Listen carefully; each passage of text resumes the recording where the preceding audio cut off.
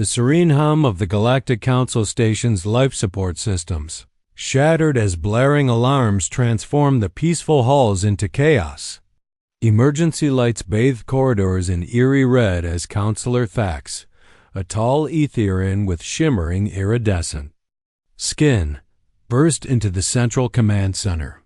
"Report!" he demanded, his melodious voice sharp with tension. A young Therian officer, her feathered crest quivering, responded breathlessly. "Multiple unidentified vessels, Counselor. They've appeared out of nowhere."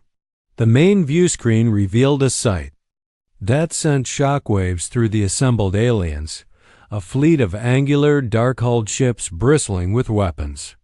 Their design was unlike anything the Council had encountered, all hard edges and utilitarian efficiency. Before anyone could respond, a priority communication request flashed on screen. With trembling hands, Thax accepted the transmission. Human face appeared weathered, determined, unmistakably military. "This is Admiral Michelle Oko of the United Earth Federation," the human declared. "We come in peace but request immediate audience with the Galactic Council. The fate of this region may depend on it." Murmurs of shock rippled through the command center. Humans were myths to most species-violent creatures from an uncontacted death world. Yet here they were at the heart of galactic civilization. "I am Counselor Thax," the Etherian managed. "We were unaware of any scheduled first contact." "This isn't a social call," Admiral Oko interrupted. "We have information vital to every species on your station. Will you hear us, or shall we leave you to your ignorance?" Thax bristled but recognized the gravity. "Very well. We'll convene an emergency session, but your vessels must maintain safe distance." A ghost of a smile crossed Oko's face. "Understood. Expect our delegation within the hour." As transmission ended, chaos erupted. A low rumbling voice cut through the noise. "I will handle this." All eyes turned to General Cethal of the Crisari, nearly 3 meters tall, his leathery hide covered in bony plates and battle scars.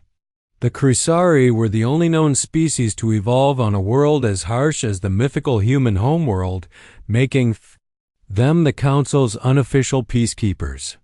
"Your experience with difficult species will be invaluable," Thax said gratefully. Cethal's reptilian eyes narrowed. "We shall see if these humans are truly our equals." The next hour passed frantically. Security protocols activated, non-essential personnel evacuated, and a heavily armed welcoming party assembled in the main docking bay. General Cethal stood at its head as a sleek shuttle approached with precision that spoke of considerable skill. Shuttle's ramp lowered with hydraulic hiss. Admiral Oko emerged, an imposing figure despite her small stature compared to the Crisari. Her dress uniform bore medals speaking of lifetime military service.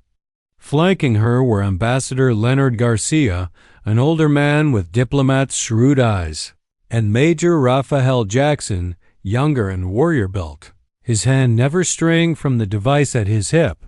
Cethal stepped forward, towering over the delegation. "I am General Cethal of the Crisari.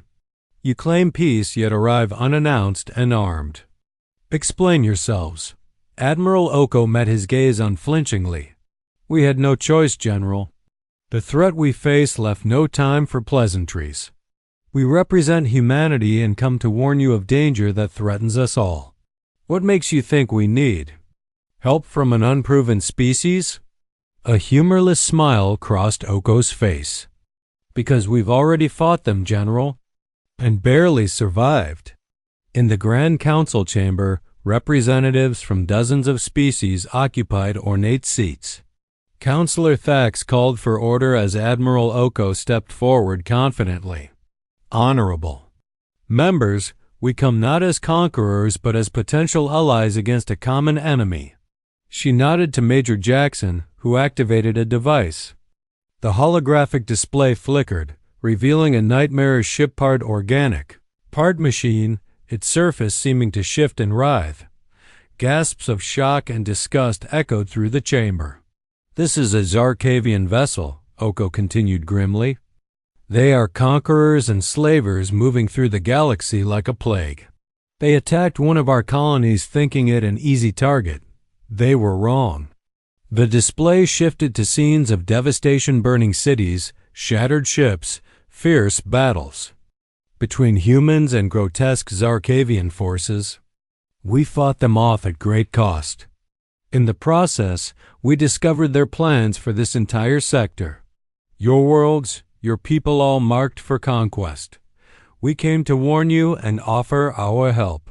The chamber erupted in cacophony. Through it all, General Seafield remained silent, studying the human delegation. Finally, his rumbling voice cut through chaos. "I have seen the eyes of warriors who have faced true horror. These humans speak the truth.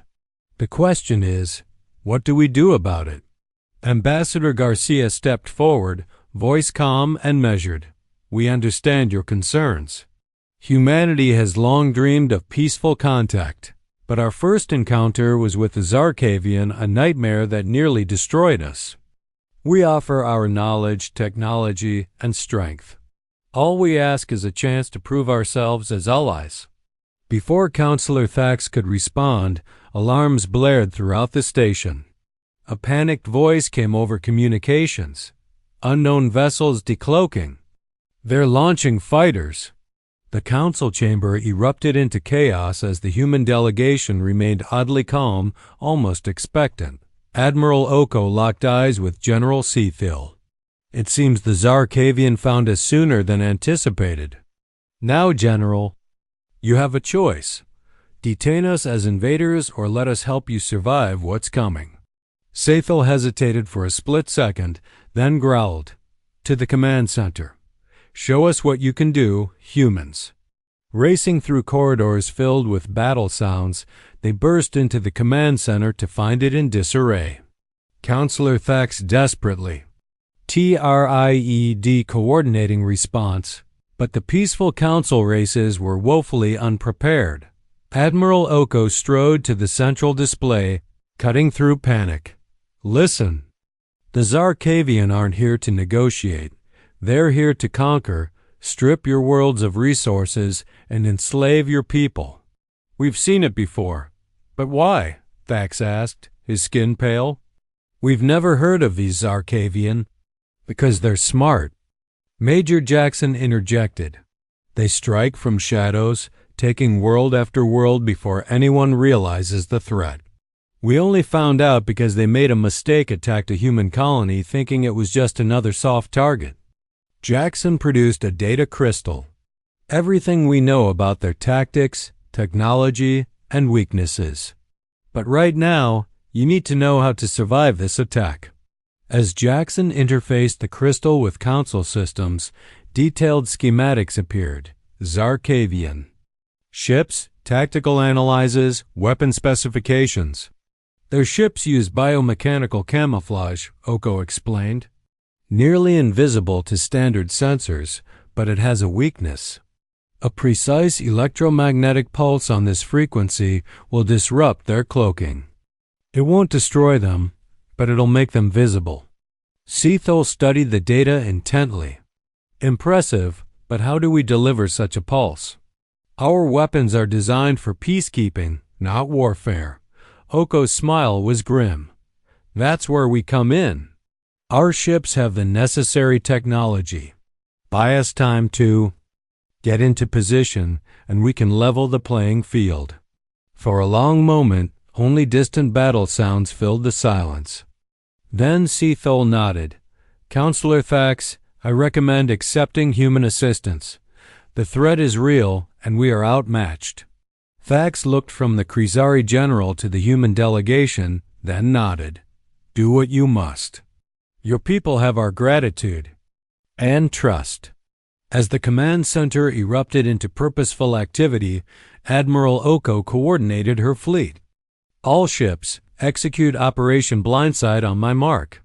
The tension ratcheted up as everyone held their breath. Outside, Zarkavian ships shimmered near invisibly against the stars. Mark. In that instant, the battlefield transformed. A dozen human ships, previously hidden by stealth technology, materialized in key positions around the Zarkavian fleet. Before the enemy could react, waves of energy pulses rippled across space. The effect was immediate and stunning. The Zarkavian ships, once shimmering and near invisible, stood out starkly against the backdrop of stars. Their true forms were revealed nightmarish amalgamations of biological and mechanical components, writhing and pulsating. By the cosmic harmony, Thax whispered, his compound eyes wide with fear and awe. Sethol's massive fist slammed the tactical display. Now, while they're exposed, all Crisari vessels concentrate fire on the lead ships. As the Crisari fleet joined the human assault, a massive explosion lit up the view screen. A Zarkavian capital ship, its cloaking disabled, succumbed to combined human and Crisari firepower. Sethol growled in reluctant admiration. Your people fight with the ferocity of cornered Nexu, Admiral. Perhaps the legends of your homeworld weren't exaggerated. Despite initial success, long-range sensors detected massive Zarkavian reinforcements mobilizing in the nearby nebula. Admiral Oko made a desperate decision. General Sethol, we need a joint strike team. Your best warriors and our top operatives will use our stealth tech to get behind enemy lines and sabotage their main staging area. Within minutes, an elite team assembled, Major Jackson leading the humans with Lieutenant Hansen, Sergeant Sokolov, Corporal Okoro, and Specialist Chow. Alongside them stood 6 Crisari warriors led by Sub-Commander Grak. Your mission is critical, Oko addressed the team. We've detected a hidden Zarkavian base in the nebula. Locate it, gather intelligence, and if possible, sabotage their operations. The fate of this sector may depend on what you discover. The stealth shuttle slipped through the ongoing battle, weaving between massive capital ships. As they approached the nebula, swirling cosmic clouds revealed a massive structure, part organic, part mechanical, pulsating with sickly light. By the cosmic winds, Grak breathed. What abomination is this? Jackson's jaw clenched. That's why we're here. Okoro, start full spectrum scans. We need to know what we're dealing with. The structure was alive in ways that defied understanding. Energy flowed through it like blood, and sections grew and reconfigured themselves as they watched. I'm seeing massive energy signatures consistent with jump point generators, Hansen reported. They could bring in an entire armada through this thing. Then we must destroy it, Grak declared. Hold on, Jackson cautioned. We need intel first. If we can figure out their plans, we might stop this invasion before it starts. The team infiltrated the Zarkavian base through what appeared to be a docking tube. The interior was a nightmarish blend of organic and mechanical components, pulsing veins of energy along breathing walls. Metallic structures jutting at odd angles dot as they moved deeper. Chambers filled with incubation pods lined their path, each containing half-formed monstrosities. Corporal Okoro worked feverishly with her scanner. Major, this place isn't just a base, it's a factory. They're growing ships, weapons, maybe even troops.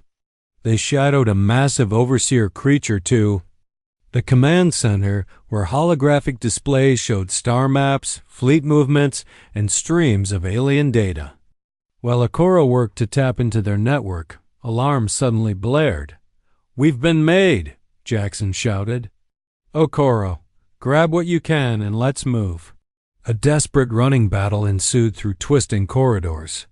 The team fought with everything they had, human and Crisari working in perfect sync. But the Zarkavian numbers seemed endless. As they neared extraction, it became clear someone would have to stay behind. Sub-Commander Grak made the decision without hesitation. Go, he roared, hefting a massive weapon. I will ensure your escape. "It has been an honor," Jackson said. Clasping Greg's arm, the Crisari's mandibles clicked in what might have been a smile. "The honor was mine, human. Now go make our sacrifice mean something." The shuttle blasted away as Greg's final stand bought them precious seconds. In the back, Okora worked frantically to decrypt the stolen data. Her eyes widened as the scope of Zarkavian plans became clear. "Major, it's not just an invasion force. They're planning to use the nebula itself as a weapon, some kind of stellar-scale conversion process. If they succeed, they could convert entire star systems into biomechanical extensions of themselves." As they raced back to the council station, the weight of discovery settled heavily. They had the intelligence they sought, but at terrible cost. The battle they faced was far from over. Back at the station, the team's briefing sent shockwaves through the assembled council. The scale of the Zarkavian operation, their fusion technology, their plans to weaponize the nebula itself, it defied comprehension. "This cannot be possible," Counselor Thax trembled. "Such technology defies known physics." "With respect, Counselor," Hansen interjected urgently, "we saw it with our own eyes. We lost good people bringing this information back. If we don't act now, this entire sector will fall." The debate intensified until Specialist Chow, normally taciturn, stepped forward.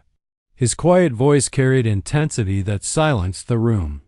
"You don't understand. This isn't conventional war. It's not about territories or resources. The Zarkavian are a plague, an infection spreading system to system." His holographic projector revealed images that drew horrified gasps. Lush planets reduced to twisted metal and flesh, entire populations transformed into biomechanical monstrosities. "This awaits all of us if we don't act now. There is no neutrality, no compromise. We either fight or become part of that thing." Heavy silence fell. Seathal thumped his chest in warrior respect. "You speak with wisdom of one who has seen the enemies. True face, human. The Crisari stand with you." Slowly, others began nodding. Admiral Oko seized the moment. "We didn't come to dictate your actions, but the threat knows no borders. It will consume everything if not stopped. We're prepared to lead the attack, but we need your resources, your technology, your support." Thax looked around the room, feeling history's weight on his shoulders. With a deep sigh, he nodded. "So be it. The Galactic Council officially joins this alliance. May the stars have mercy on us all." The following hours were a whirlwind of activity. Battle plans drawn, fleets mobilized, weapons distributed. The council station transformed from diplomatic center to military command post. As preparations reached their peak, the Zarkavian main fleet emerged from the nebula, a monstrous armada of bioships advancing like a wave of living destruction. "All units, assume combat positions," Admiral Oko commanded from the human flagship Defiant. "Let the dance begin." Space lit up with crossfire from thousands of weapons. The front lines on both sides were decimated in seconds. Human and Crisari fighters danced between larger bioships' tentacles, their maneuvers synchronized with precision.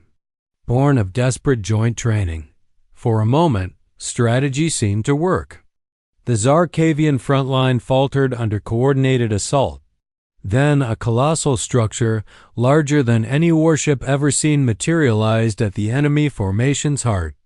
It looked less like a ship than a piece of nebula itself, twisted into pale. The form of a primordial sea creature. The monster unleashed an energy pulse so powerful it distorted space-time itself. Dozens of Allied ships vaporized instantly. The shockwave knocked everyone on the Defiance Bridge off their feet. Shields at 30%, structural failures on multiple decks. Came frantic reports. "We can't take another hit like that." Jackson, leading ground forces on the station's surface, watched in horror as ship fragments rained around them. "Command, what's the situation?" "Not good, Major," Hansen's voice crackled with static. "That thing is tearing through our fleet like paper." A desperate plan formed in Jackson's mind. "Connect me with Admiral Oko. I think I have a plan, but you're not going to like it." Minutes later, Oko listened in disbelief as Jackson outlined his strategy. "Are you serious, Major? It's practically suicide." "With respect, Admiral, look around. U.S., if we don't do something drastic now, there won't be an after to regret it." Oko closed her eyes, weighing non-existent options. When she opened them, steely resolve had replaced doubt. "Make it happen, Jackson, and may God have mercy on our souls." While the main fleet kept the Zarkavian Armada's attention, Jackson's elite team would infiltrate the monstrous mothership in a stolen bioship. "It's a one-way mission," Jackson explained to volunteers. "Our objective is simple. Find whatever's at that thing's heart and turn it into space dust." Krogan, the imposing Krisari warrior leading his species contingent, let out a growl of approval. "A glorious death worthy of legends. My ancestors smile upon us this day." Taking advantage of battlefield chaos, Jackson's stealth shuttle approached the biomechanical colossus. Its true scale became apparent, not just large, but an entire ecosystem pulsing with perverted alien life. Hansen guided them inside through an opening that looked more like a wound. The interior was a labyrinth of organic corridors pulsing with otherworldly light, air thick with mist that whispered with alien voices. "Stay alert," Jackson warned. "We don't know what internal defenses this thing has." They moved deeper into the nightmare. Walls writhed with living circuitry. Chambers filled with pods containing half-formed monsters lined their path. The entire ship seemed aware of their presence. Suddenly, Krogan signaled halt. "Movement ahead. Many coming fast." The corridor erupted with Zarkavian drones' nightmarish fusions of organic and mechanical parts, screeching as they charged. "Open. Fire!" Jackson shouted. The battle was unlike anything they'd experienced. Human and Krisari fought side by side, disparate fighting styles complementing perfectly. But for every drone that fell, two more took its place, fighting a running battle. Through twisting corridors, they finally reached a massive chamber at the ship's heart. At its center floated a being unlike anything they'd seen, a writhing mass of tentacles and cybernetic implants, pulsing with reality-bending energy. "By the cosmic winds," Krogan breathed. "What manner of abomination is this?" The being's consciousness crashed into their minds like a tidal wave. Images of countless consumed worlds, assimilated civilizations flashed through their thoughts. "We are Zarkavian," 1,000 voices spoke as one in their heads. "We are the future. Resistance is not just futile, it is illogical. Join us and—" No perfection. Jackson gritted his teeth against the mental assault. "The only thing you'll know is oblivion," he snarled, raising his weapon. The ensuing battle raged on two fronts, physical and mental. As the team fought waves of drones and internal defenses, they struggled against overwhelming psychic pressure from the Zarkavian collective. Amid the chaos, Okuro managed to interface with the ship's systems. "Major," she shouted, "I think I can overload their power core, but it'll take time." "Do it," Jackson ordered, blasting an approaching drone. "Everyone else cover her." The next minutes blurred with desperate combat. Human and Krisari pushed beyond their limits, bodies and minds strained to breaking. One by one, team members fell, buying time with their lives. Just when hope seemed lost, Okuro's voice cut through the din. "It's done. The core is going critical." Jackson looked at his team's remnants, battered, bloodied, but unbowed. Time to go. They fought back to their shuttle as the Zarkavian mothership began tearing itself apart. Energy discharges ripped through corridors, the structure collapsing inward. They barely escaped in time. As Hansen piloted them from the disintegrating nightmare, they watched the massive ship implode. The resulting shockwave rippled through space, disrupting the entire enemy fleet. Back on the Defiant, Admiral Oko watched in awe as battle's tide suddenly turned. With their command structure in chaos, Zarkavian ships began to falter and retreat. Against all odds, they had done it. The invasion was stopped. In the days following victory, the alliance forged and conflict's heat held strong. Talks of permanent coalition began almost immediately. The galactic community had been forever changed. Jackson found himself before the Galactic Council once more, but the atmosphere had transformed completely. Gone was suspicion and hostility, replaced by respect and admiration. Representatives of the allied species, Counselor Thax declared, his voice carrying new authority, we stand at the dawn of a new era. The Zarkavian threat has been averted thanks to the bravery and ingenuity of our newest allies, humanity. He focused on Jackson. In recognition of humanity's pivotal role and the potential your species has demonstrated, I hereby motion to grant humanity full membership in the Galactic Council. All in favor? The chamber erupted in chorus of affirmatives, each species voicing agreement in their unique way. Jackson stood stunned as the realization washed over him. General Cethal stepped forward, his massive form commanding attention. Kursari stand with humanity. We have fought together, bled together. There is no species we would rather have at our side as we face future challenges. Later, as initial victory frenzy subsided, a celebration was organized in the station's main concourse. Humans, Kursari, and dozens of alien species mingled freely, sharing drinks and war stories. Jackson found himself at a table with Krogan, Admiral Oko, and other key figures from the battle. As they recounted experiences, he marveled at how quickly alliances had formed in combat's heat. You know, he said, raising his glass, when I joined the Space Force, I never imagined anything like this, fighting alongside aliens, saving the galaxy. It's like something from an old sci-fi novel. Krogan rumbled with laughter, and yet here we are. Perhaps those old stories were more prophetic than we realized. Admiral Oko nodded thoughtfully. This is just the beginning. We've proven what we can accomplish working together. The question now is, where do we go from here? A holographic display flickered to life, showing a real-time galaxy map with former Zarkavian territories highlighted. Counselor Thax's voice echoed through the room. My friends, while we celebrate victory, we must not forget the challenges ahead. The Zarkavian may be defeated, but their legacy remains. Countless worlds have been ravaged, entire species displaced or assimilated. It falls to us, all of us, to heal these wounds and ensure such a threat never rises again.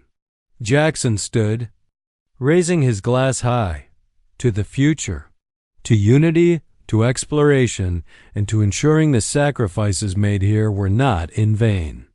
The assembled crowd echoed his toast, their voices joining in a cacophony of languages that somehow blended into harmonious whole. As celebration continued into the night, Jackson slipped away to the viewport where this journey began. Gazing at stars that now held so much more meaning, he felt Hansen's presence beside him. Quite a view, isn't it? She said softly. Jackson nodded. It's a big galaxy out there. Bigger than we ever imagined. And now it's our responsibility to help protect it. Hansen smiled, excitement and trepidation mixing in her expression. Are we ready for that? To be guardians of the galaxy?